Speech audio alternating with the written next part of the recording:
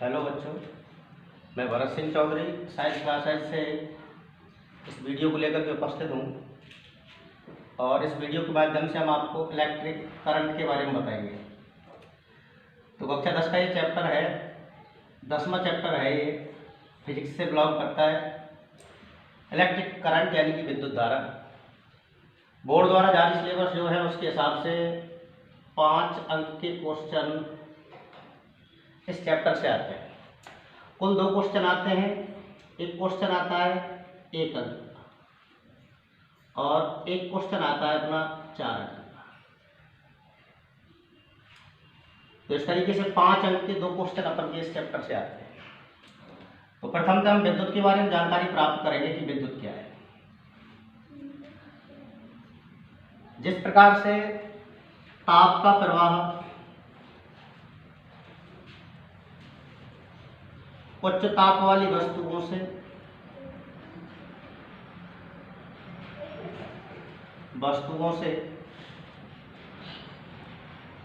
निम्न ताप वाली वस्तुओं की ओर होता है,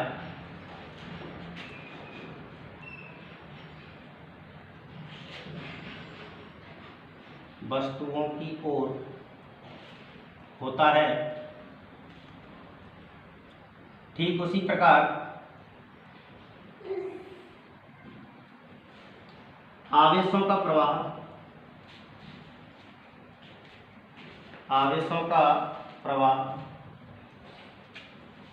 उच्च विभव बिंदु से निम्न विभव बिंदु की ओर होता है।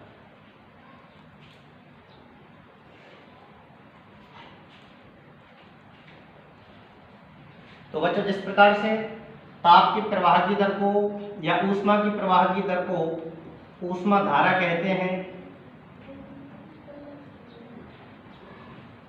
उसी प्रकार आवेशों के प्रवाह की दर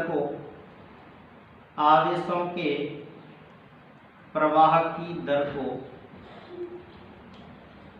विद्युत धारा कहते हैं।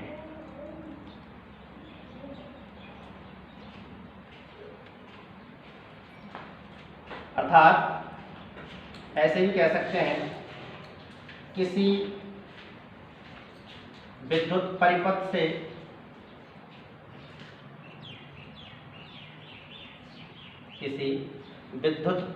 से एकांक समय में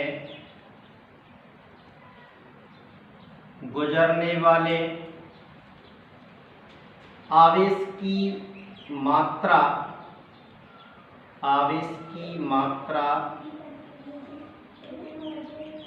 विद्युत धारा कहलाती है।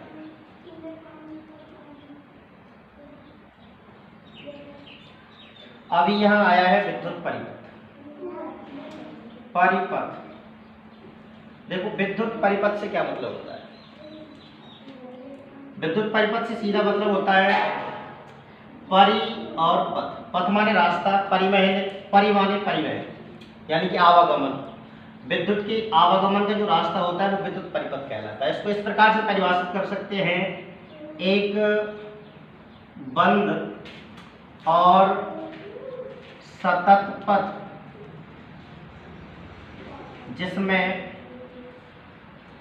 विद्युत का सतत प्रवाह होता है,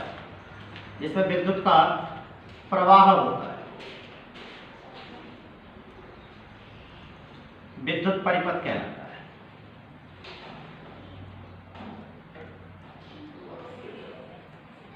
इस प्रकार से इंडिकेट कर सकते हो विद्युत परिपथ को।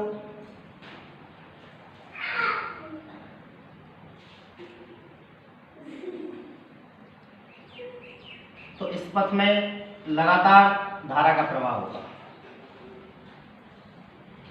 इसको कहा जाएगा विद्युत परिपथ। इस तरीके से ये करंट फ्लो हो रहा है इसमें, तो इसको विद्युत परिपथ कहेंगे। तो अभी बताया मैंने कि किसी भी विद्युत परिपथ से एकांक समय में गुजरने वाले आवेश की जो मात्रा होती है उसको विद्युत धारा कहा जाता है।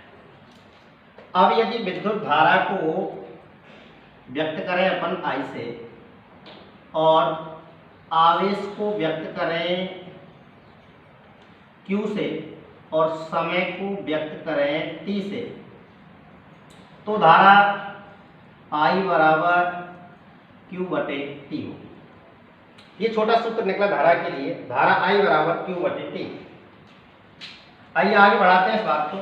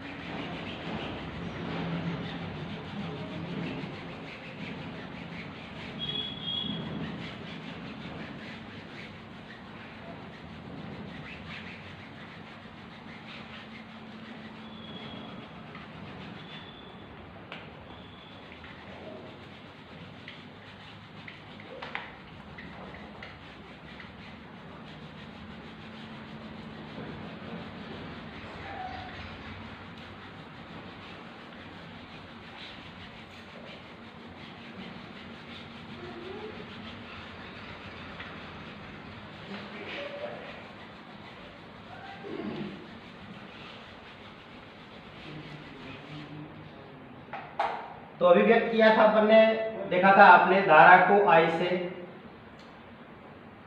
आवेश व्यक्त किया था मैंने Q से, और समय को लिया था मैंने सेकंड, या फिर ऐसे कह सकते हैं I बराबर Q बटे T।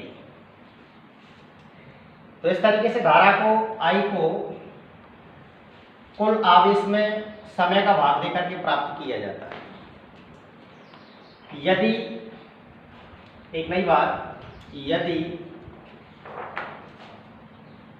विद्युत परिपथ के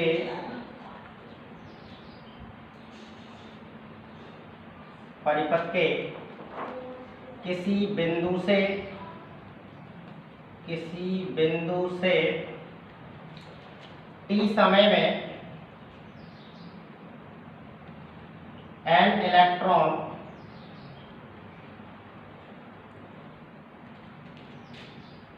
गुजरते हैं, तो उस बिंदु से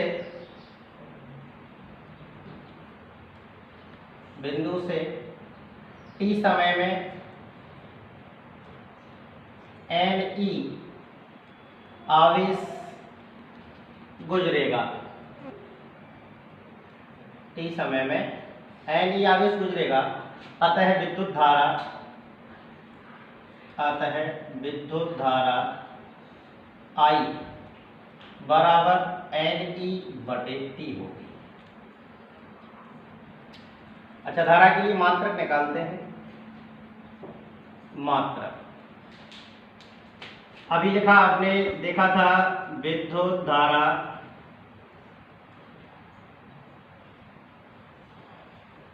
बराबर आवेश बटे सेकंड, यानी कि समय है आवेश बटे समय। तो यहाँ आवेश की जो इकाई होती है, आवेश को व्यक्त करते हैं कूलाम से, कूलाम उसी से व्यक्त किया जाता है, बटे सेकंड। और सेकंड के लिए आप ऐसे यूज कर सकते हो, कूलाम बटे सेकंड को कहते हैं एम्पियर। क्या कहते हैं? एम्पियर। इसको व्यक्त करते हैं कैपिटल से। अतः विद्युत धारा का जो मात्रक निकला है वो क्या निकलता है? एम्पियर, जिसे अंग्रेजी वर्णमाला के अक्षर A के द्वारा व्यक्त किया जाता है। लेकिन याद रखें, अल्प परिमाण की जो धाराएं होती हैं, अल्प परिमाण की धाराओं को व्यक्त करने के लिए, धाराओं को व्यक्त करने के लिए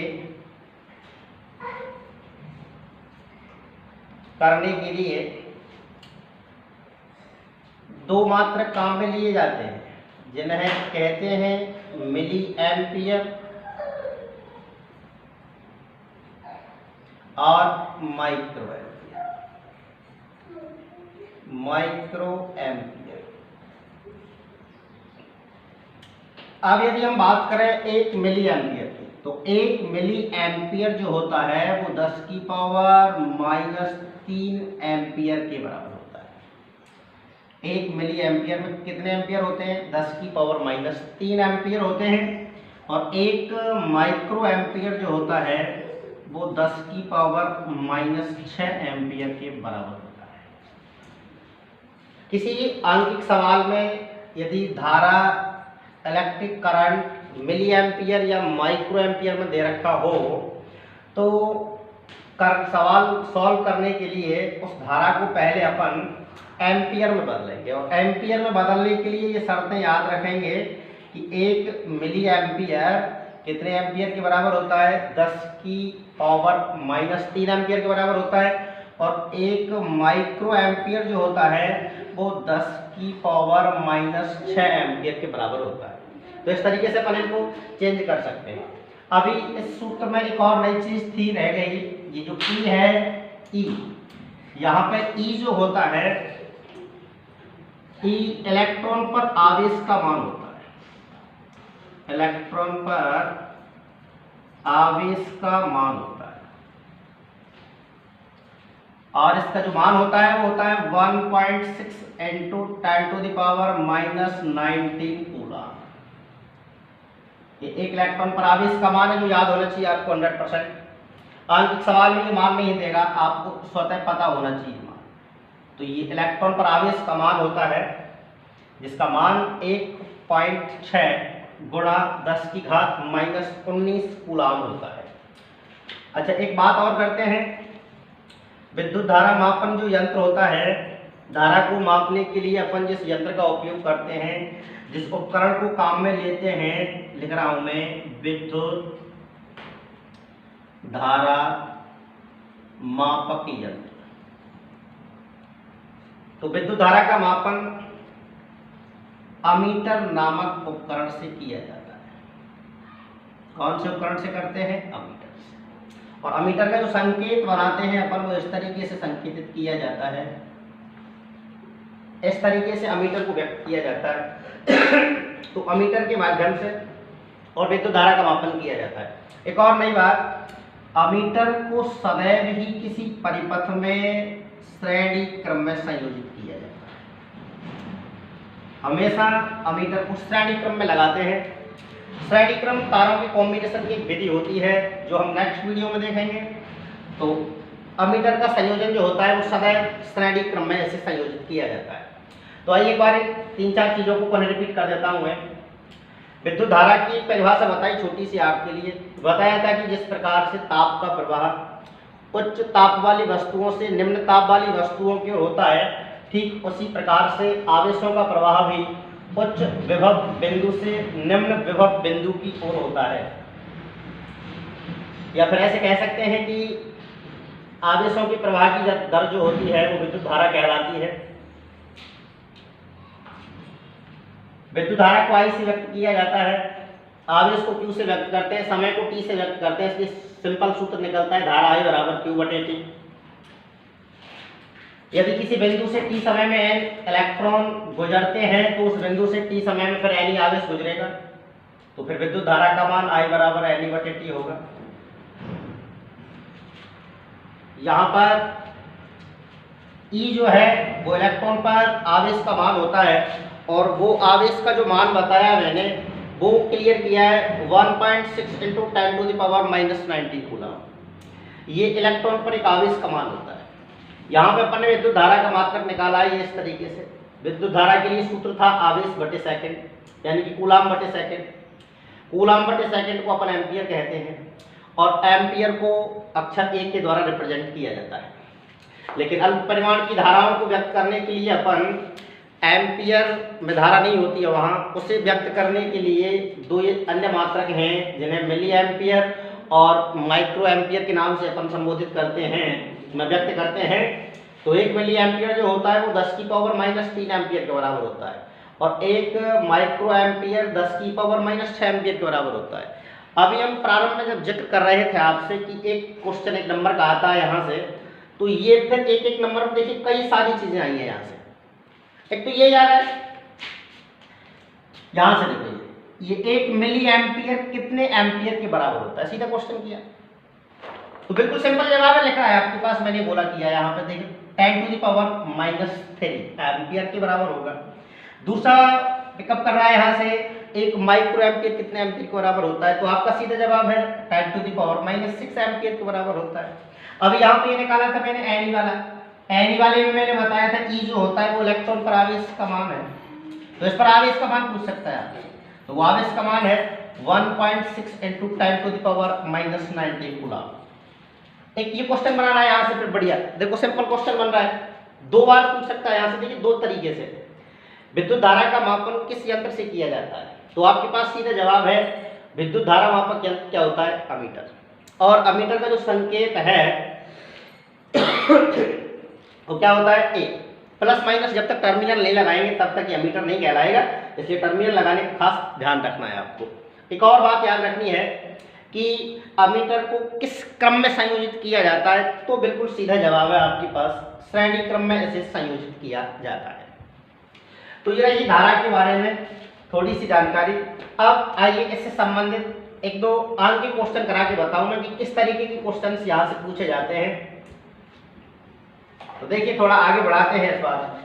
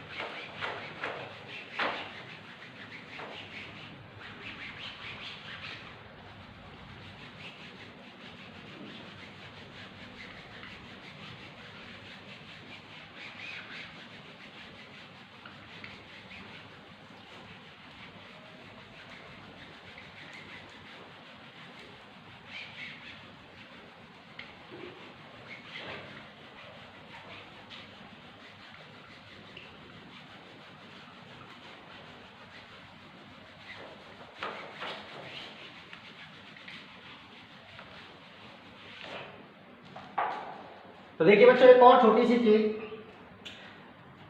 विद्युत धारा की जो दिशा होती है, विद्युत धारा की दिशा सदैव प्लस से माइनस की ओर होती है, सदैव प्लस से माइनस की ओर होती है। इसको आप ऐसे भी व्यक्त कर सकते हैं, इलेक्ट्रॉनों की प्रवाह की विपरीत दिशा होती है काहे की, विद्युत धारा की, क्योंकि इलेक्ट्रॉन पर आवेश होता है माइनस, तो ये फ्लो होता है माइनस से प्लस की ओर, जबकि विद्युत धारा की जो दिशा होती है वो प्लस से कहाँ होती है, माइनस की ओर प्रवाहित होती है।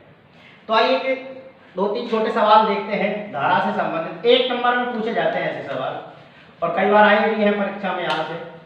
तो देखिए किस तरीके के क्वेश्चंस निकलते हैं और कैसे उन्हें हम सॉल्व करेंगे। अभी जैसे ये दिया जाए, किसी चालक तार से 25 कूलाम आवेश 5 सेकंड तक प्रवाहित होता है, तो प्रवाहित धारा का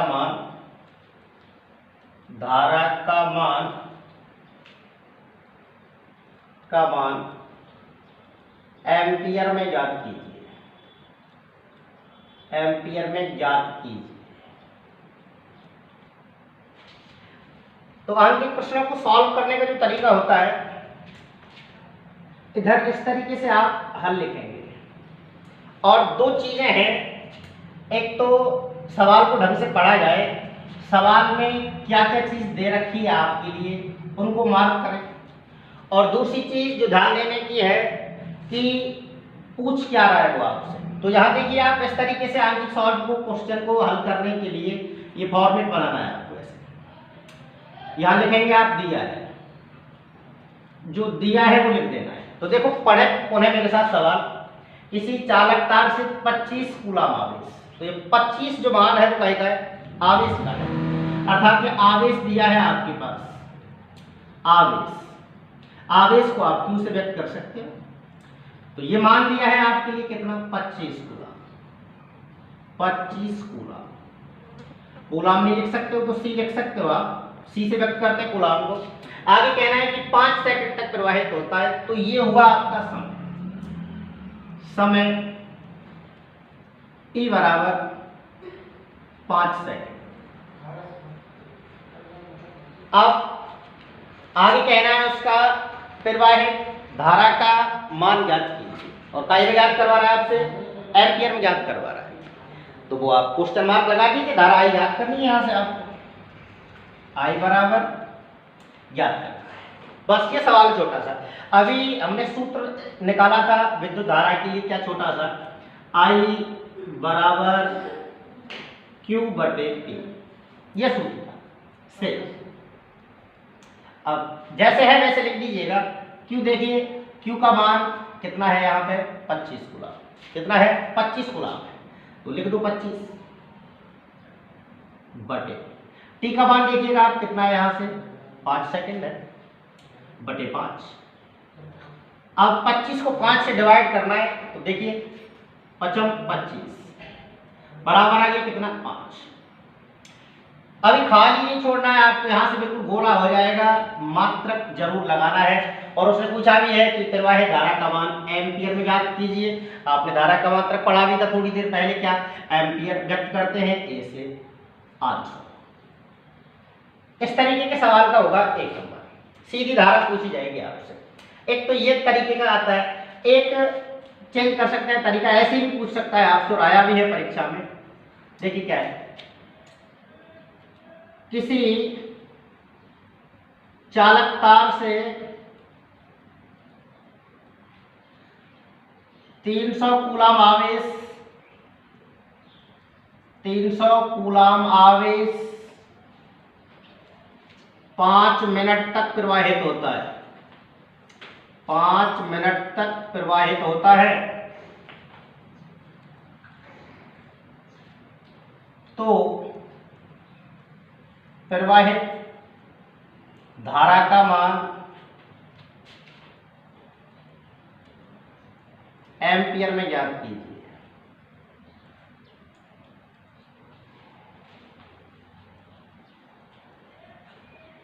देखिए सेम वही फॉर्मेट जो ऊपर किया है मैंने अभी, लेकिन थोड़ा सा चेंज करेंगे।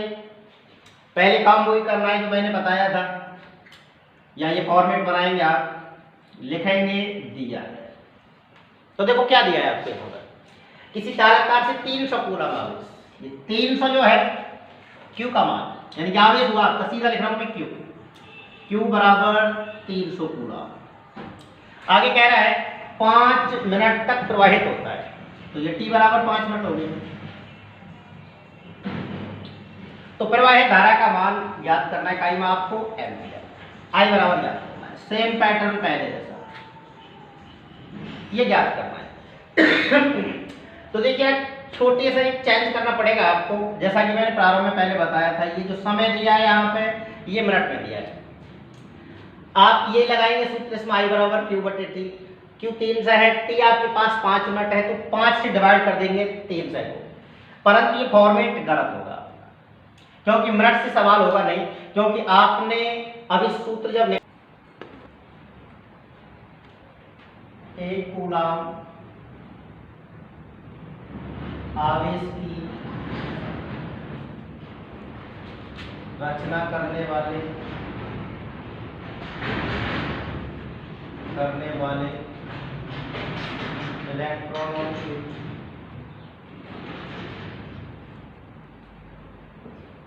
संख्या ज्ञात कीजिए। तो यहाँ पे अपन को एक कूलम आवेश में रचना करने वाले इलेक्ट्रॉन की संख्या ज्ञात करनी है। फॉर्मेट वही बनाना है जो मैंने पिछली बार बताया था आपको।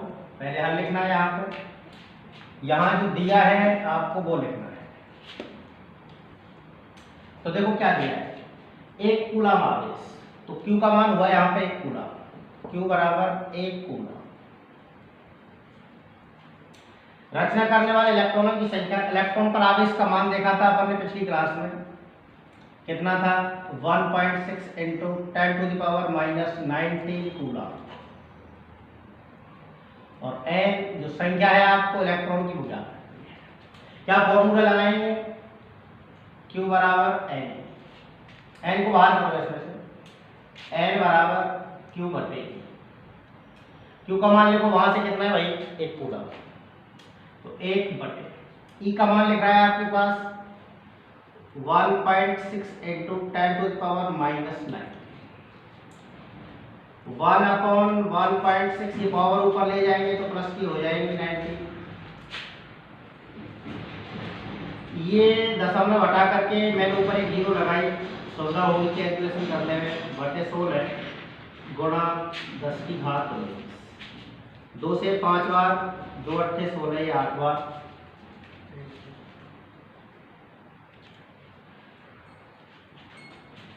तो 8 से 5 को डिवाइड करना है, भाग नहीं गया इसलिए जीरो, दशमलव लगाया, 50 हो गए, 8 6 48, 2 बच गए, 20 हुए, 8 2 16, 4 बच गए, कितने हुए 40, 55 40 इंटू 10⁻90। या फिर ऐसे लिख सकते हो आप 6.25 गुणा 10 की घात 18 8। इस तरीके से अपन एक कूलम आवेश की रचना करने वाले इलेक्ट्रॉनों की संख्या ज्ञात कर सकते हैं। ओके,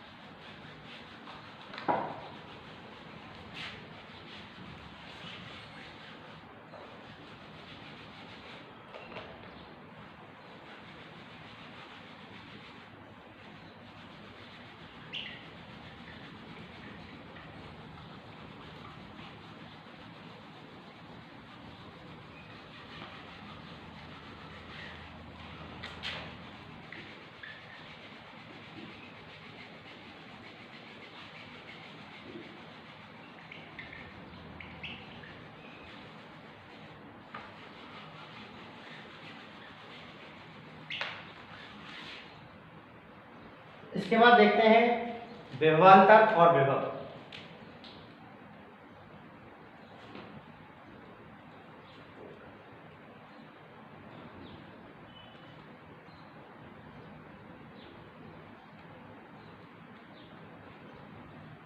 देखो विभवांतर से क्या मतलब है, विभवांतर धारा के प्रवाहित होने के लिए एक आवश्यक शर्त होती है।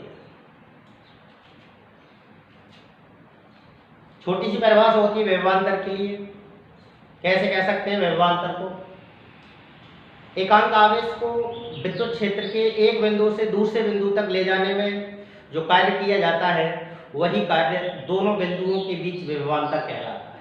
एकांक आवेश को लिख रहा हूं, एकांक आवेश को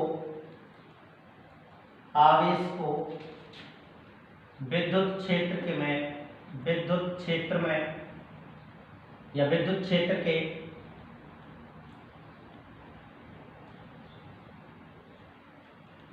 एक बिंदु से दूसरे बिंदु तक ले जाने में तक ले जाने में किया गया कार्य उन दोनों बिंदुओं के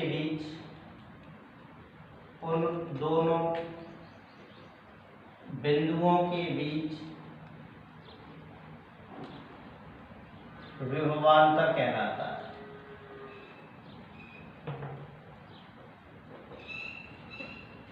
माना कि बिंदु ए और बी है, तो फिर बिंदु ए और बी के बीच विभवांतर ज्ञात करेंगे। बिंदु ए तथा बी के मध्य विभवांतर तो निकाल देंगे VA माइनस VB बराबर W/Q।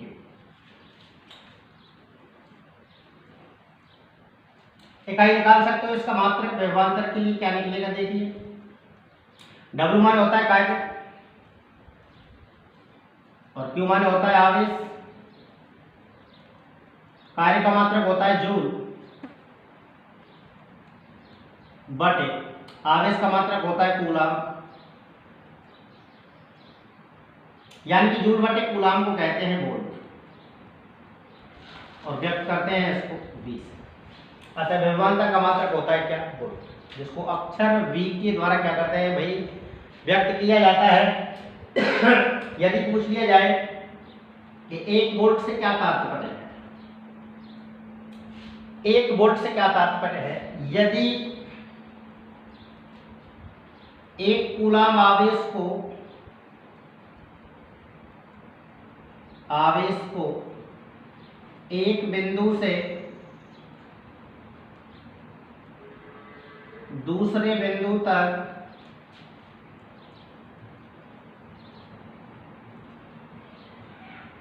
तक ले जाने में 1 जूल कार्य किया जाता है, तो विभवांतर 1 वोल्ट होगा। कितना होगा, 1 वोल्ट होगा। इसको ऐसे ही पूछा जा सकता है, यह कहने का क्या तात्पर्य है कि 2 बिंदुओं के बीच विभवांतर 1 वोल्ट है।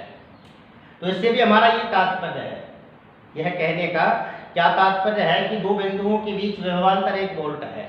इसका तात्पर्य यही है कि 1 कूलाम आवेश को यदि एक बिंदु से दूसरे बिंदु तक पहुंचाने में 1 जूल कार्य करना पड़ता है, तो निश्चित विभवांतर का मान उन दोनों बिंदुओं के बीच क्या होगा, 1 वोल्ट होगा। आगे प्रश्न भी निकाल देता है यहां से 1 नंबर के लिए, जैसे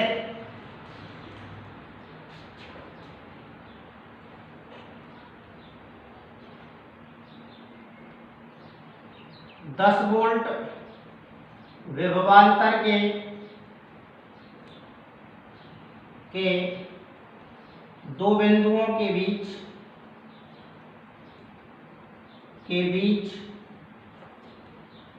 3 कूलाम आवेश को ले जाने में कितना कार्य करना पड़ेगा, तो देखिए बिल्कुल सीधा फॉर्मेट है। पहले कोई ने तो दिया है, तो देखिए क्या दिया है, 10 वोल्ट विभवांतर के, तो ये 10 वोल्ट जो मान है वो काई का है, VA माइनस VB का है। 2 बिंदुओं के बीच है तो लिखेंगे VA माइनस VB बराबर VA माइनस VB बराबर मान लिखेंगे कितना है, 10 वोल्ट। और आगे कह रहा है कि 3 कूलाम आवेश को, किसको, 3 कूलाम आवेश को, तो Q का मान हुआ यहाँ पे 3 कूलाम। कितना कार्य करना पड़ेगा, W ज्ञात करवाना चाहता है। काई का मान ज्ञात करना है, W का मान ज्ञात करना है। सूत्र यही है आपके पास, VA माइनस VB बराबर W/Q। आपको निकालना है W का मान, W के इधर कर देता हूं मैं, तो W बराबर V A minus V B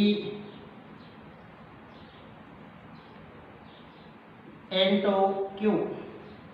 तो V A minus V B का मान है 10 इंटू क्यू का मान है 3 बराबर 10 3 30। कार्य का मात्रक होता है जूल। आता है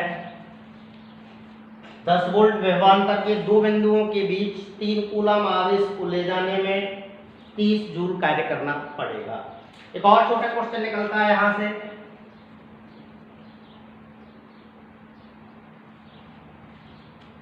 विभवांतर का जो मापन है वो किस यंत्र के द्वारा किया जाता है। जैसा कि पिछली क्लास में हमने बताया था, विद्युत धारा मापक यंत्र जो होता है वो अमीटर होता है, जिसको अक्षर ए से व्यक्त करते हैं। यहाँ इसी प्रकार से विभवांतर का मापन करने के लिए जिस यंत्र का अपन उपयोग करते हैं, जिस उपकरण को काम में लेते हैं, उस उपकरण का नाम है वोल्ट मीटर। किसके द्वारा मापन करेंगे भाई? इसका वोल्ट मीटर के द्वारा मापन किया जाएगा। वोल्ट मीटर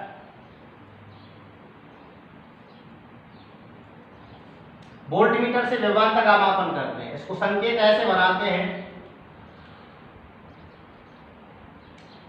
ये वोल्ट मीटर का संकेत होता है। तो वोल्ट मीटर के माध्यम से और करते हैं विभवांतर का मापन, और अमीटर के माध्यम से करते हैं अपन काय का मापन? धारा का मापन। एक और बात बताई थी मैंने आपको पिछली क्लास में, जो अमीटर यूज किया जाता है, अमीटर को सदैव लगाते हैं कौन से क्रम में? श्रेणी क्रम में लगाते हैं। जबकि वोल्ट मीटर को लगाया जाता है सदैव पैरेलल कॉम्बिनेट करते हैं, पैरेलल कॉम्बिनेशन में संयोजित किया जाता है, पार्श्व क्रम में संयोजित किया जाता है, अर्थात समांतर क्रम संयोजन में, समांतर क्रम संयोजन में संयोजित करते हैं वोल्ट मीटर को। तो डिफरेंट भी हो जाता है अमीटर और वोल्ट मीटर के बीच, कि अमीटर को लगाया जाता है सदैव श्रेणी क्रम में, सीरीज कॉम्बिनेशन, और वोल्ट मीटर को सदैव लगाते हैं कौन से क्रम में? समांतर क्रम में या पार्श्व क्रम में। तो ये रही बात विभवांतर की। आइए जानते हैं विभव से क्या मतलब है। बहुत कम डिफरेंट है विभवांतर और विभव में।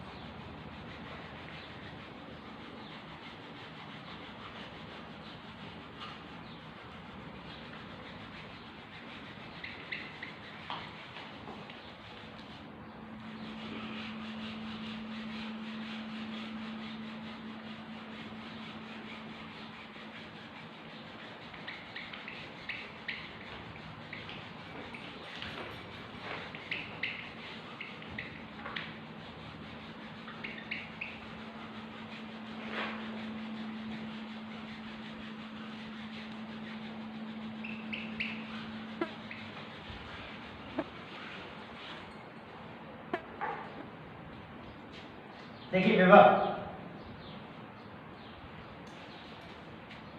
एकांक आवेश को अनंत से, देखिए विभव और विभवांतर में मूल अंतर यही था, विभवांतर में दोनों बिंदु विद्युत क्षेत्र में थे, विभव के लिए एक बिंदु अनंत पर और एक बिंदु होता है विद्युत क्षेत्र में। तो बिल्कुल सीधी परिभाषा है, एकांक धनावेश को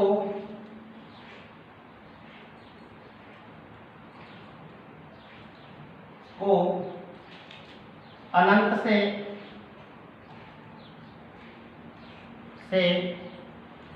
विद्युत क्षेत्र में, विद्युत क्षेत्र के किसी बिंदु तक लाने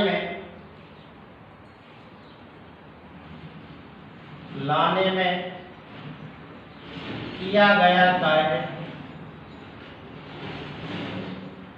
विभव कहलाता है। किया गया कार्य क्या कहलाता है? विभव कहलाता है।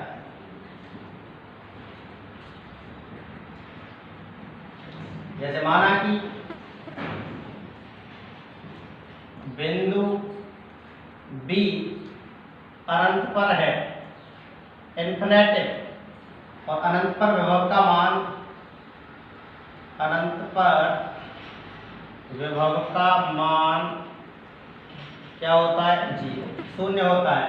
अतः फिर विभवांतर VA बराबर सीधा निकालेंगे W/Q। ओके, इस तरीके से कहेंगे अपन कि एकांक धनावेश को अनंत से और विद्युत क्षेत्र के किसी बिंदु तक लाने में किया गया जो कार्य होता है वो क्या कहलाता है? विभव कहलाता है। एकांक धनावेश को अनंत से विद्युत क्षेत्र के किसी बिंदु तक लाने में किया जाने वाला जो कार्य होता है उसको क्या कहते हैं? अपन विभव कहते हैं। आइए बात करेंगे अपन दैनिक उपयोग में आने वाले कुछ उपकरण और उनकी संकेत कैसे बनाते हैं। यहाँ से खूब क्वेश्चन पूछा जाता है 1 नंबर के लिए, कई बार क्रॉस क्वेश्चन भी हो जाता है, 8 युक्तियां दे देगा आपके लिए, क्रॉस क्वेश्चन करवाएगा आपसे, तो देखिए क्या बनेगा।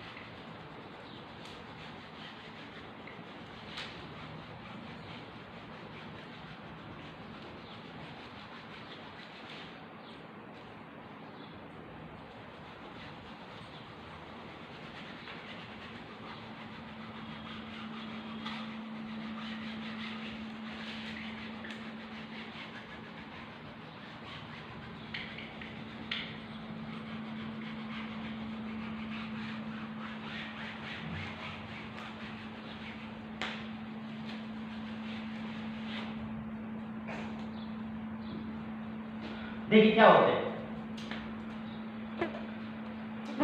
दैनिक उपयोग में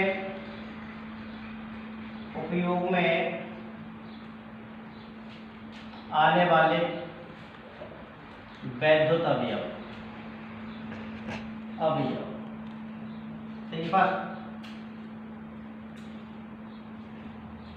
इस कंडीशन को कहते हैं अपन विद्युत सेल।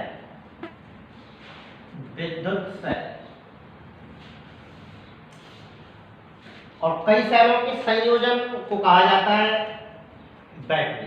क्या कहते हैं? बैटरी कहते हैं। 2 या 2 से अधिक सेलों को यदि ऐसे संयोजित कर दें अपन इस तरीके से, ये कहलाएगी बैटरी। काम दोनों एक ही करते हैं। एक छोटा प्रश्न एक बार आया था बोर्ड परीक्षा में, क्या पूछा गया था? किसी चालक तार के सिरों पर विभवांतर को नियत बनाए रखने वाली युक्ति का नाम बताइए। किसी चालक तार के सिरों पर विभवांतर को नियत बनाए रखने वाली जो युक्ति है वो क्या होती है? विद्युत सेल कह सकते हो या विद्युत बैटरी कह सकते हो? विद्युत बैटरी।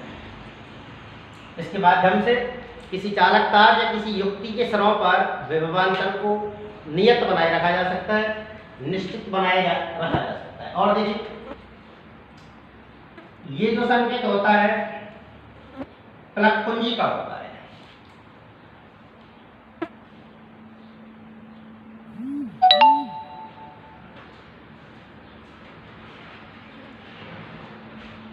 कुंजी इसी प्रकार देखिएगा,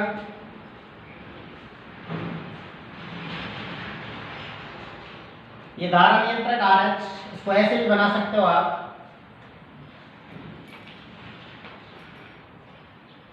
ये धारा नियंत्रक होता है। और इस तरीके से यदि अपन सिचुएशन बनाए, ये कहलाता है चालकता। चालकता यदि ऐसा संकेत आए आपके पास तो इसको कहेंगे अपन विद्युत बल। क्या कहेंगे? बल। इसको ऐसे भी बना सकते हैं,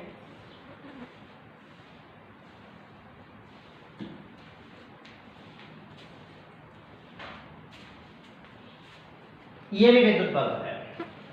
और यदि ये सिचुएशन आए इस तरीके से, जो कि पहले भी अपन देख चुके हैं,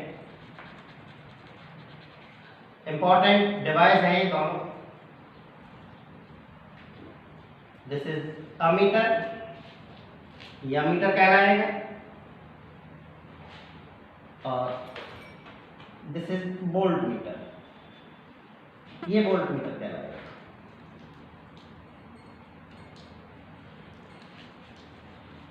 जैसा कि पहले भी बताया था मैंने, अमीटर जो होता है वो किसी भी सर्किट में या परिपथ में किसका मापन करता है? विद्युत धारा का मापन करता है। विद्युत धारा का मापन अमीटर नामक उपकरण से किया जाता है, जबकि विभवांतर का जो मापन किया जाता है वो वोल्टमीटर नामक उपकरण से विभवांतर का मापन करते हैं। कौन से उपकरण से करते हैं? वोल्टमीटर नामक उपकरण से और विभवांतर का मापन किया जाता है, और अमीटर से करते हैं विद्युत धारा का मापन। एक और डिफरेंट है, एक उपयोग के आधार पर अंतर हुआ अमीटर और वोल्टमीटर में। यदि आपसे ये पूछ लिया जाए कि अमीटर और वोल्टमीटर में अंतर बताइए, तो एक तो ये अंतर हो गया कि अमीटर से विद्युत धारा का मापन करते हैं और वोल्टमीटर से काय का मापन करते हैं? विभवांतर का मापन करते हैं। दूसरा डिफरेंट जो है, अमीटर को सदैव लगाते हैं कौन से क्रम में? श्रेणी क्रम में। कौन से क्रम में लगाया जाता है? श्रेणी क्रम में। अमीटर को लगाते हैं सदैव श्रेणी क्रम में।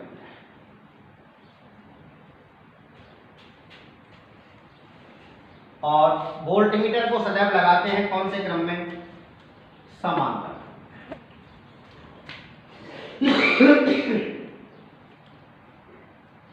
तो ये युक्तियां ये काम आएंगे आपको। आगे बात बढ़ाते हैं। अब इस पार्ट का जो कनेक्टिव है, मूल जो टॉपिक है इस पार्ट का, वो है ओम्स लॉ, ओम का नियम। और बच्चों, ओम का जो नियम होता है वो कई फॉर्मों में पूछा जाता है। एक नंबर की डेफिनेशन पूछ ली जाती है,